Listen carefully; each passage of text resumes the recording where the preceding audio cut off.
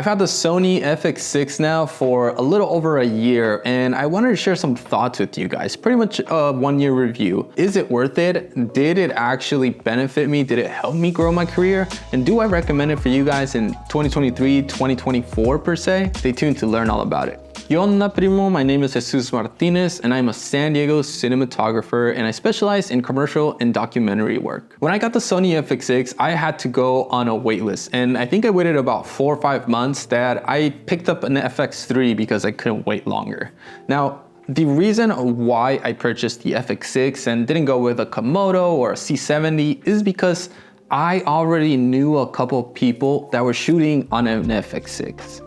Now, my goal when I left the agency and pursued freelance a little over a year ago now, I wanted to be marketable. Your best bet and the best way to make more money is renting it out to other productions. And I don't mean it like someone comes and takes it away. No, I mean it like I am now a cinematographer for hire that has a Sony FX6 available. So if you hire me, I can bring my FX6, but I'm gonna have to charge you something for it. That's what ultimately drew me to the FX6 because I already had a couple of friends, again, that were shooting on this and I knew they needed a B cam. Why would you want a B cam? That's an A7S III when you can get an FX6 as a B cam. So it makes me more desirable to work with in a sense because people will then get a discount by you bringing the camera, make it easier on them. And if they like how you shoot, then you're even the first option now. For me, it was looking at what other people were shooting and what made sense for my workflow.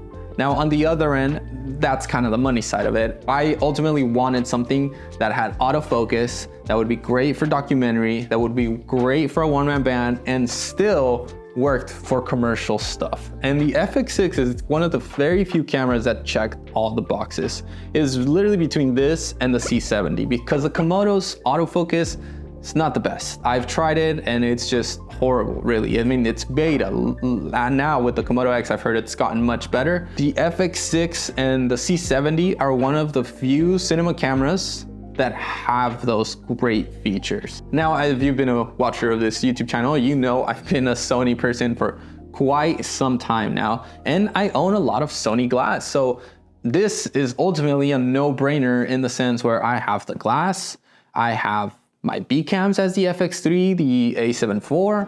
I have people that have an FX6 and I know will rent mine. So it just checked all the boxes for me. Do I feel like it helped me grow my career? And the answer is yes. But you gotta keep in mind, it's not that I got the camera and I got a bunch of DMs of people trying to get me on their sets because I own an FX6. That's not how things work out. Doesn't matter what camera you buy, doesn't matter what you do. You could buy an ARRI Alexa. Maybe an Alexa might have an effect like that, but you still need to have the work and the experience and show that you know what you're doing. Other than that is reaching out, because if I didn't post all my content, if I didn't make my profile in Production Hub or share my journey, nobody would know that I actually know what I'm doing. Ultimately, yes, I do feel like my Sony FX6 helped me take my career to the next level because it's taken me on other sets where there's already an FX6 as A cam, I come in as B cam. So yes, it's helped me connect with more creatives, it's helped me get on sets as the B camera, it's helped me make more money because I now charge camera fee if you want me to bring my FX6. This thing is not cheap, guys, you know, and I knew that going into it. This was my first, most expensive camera. But after doing this and having it work out, I feel less scared to look into a Komodo X or potentially an ARRI Alexa. Now let's get a little bit into the money side.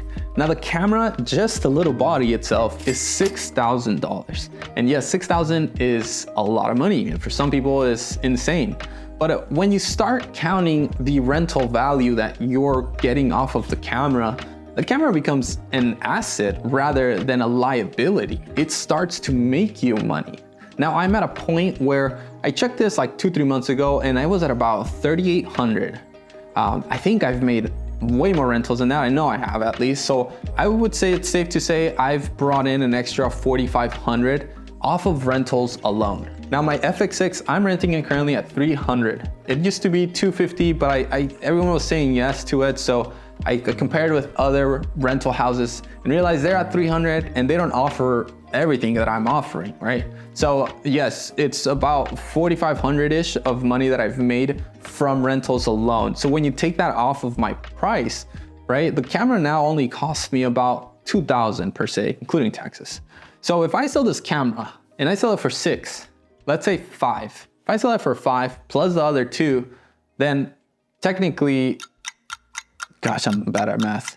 It cost me 2, I sell it for 5. I'm making $3,000 the minute I sell this. If I keep using it and I keep, paying it off, I can get to the point where this thing pays itself off and I sell it for a $6,000 price. Or I just keep it and keep making money, right? The FX6 to me, I think it's a great investment. Any cinema camera, really. This is not a Canon versus Sony thing. Do not start that in the comments, please. But the whole point of owning a cinema camera is you are gonna be able to rent that out. You're gonna look way more professional and people are going to see you different. Trust me, when I go to Balboa Park or any local place and I have my little, mirrorless cameras, it's whatever, it's another guy with a camera. When I bring my FX6, everyone's like, whoa, what is that? And anyone that's shooting or is interested in shooting, I swear, they just go straight to me and ask me how I'm doing it because everyone's surprised that you own a $6,000 camera. Now, do I regret buying it? I'm sure you figured that out by now. I think this was a great investment for me and I can't wait to make my next big step. I've been purchasing a lot of equipment, as you can probably see from all my stories and Instagram and TikToks that I post, but I purchased it because I'm renting other gear, and yes, it's a lot of money, but I look at it more as an investment. Now, do I recommend it for you guys? I highly recommend a Sony FX6. We've heard news of the Burano, and I think it only shows that Sony is really in the long game of keeping creatives in a path. And this is something that Canon does not have. Canon does not have a middle camera between their C70 and their C300s, right? C500, I don't even know where they're at now.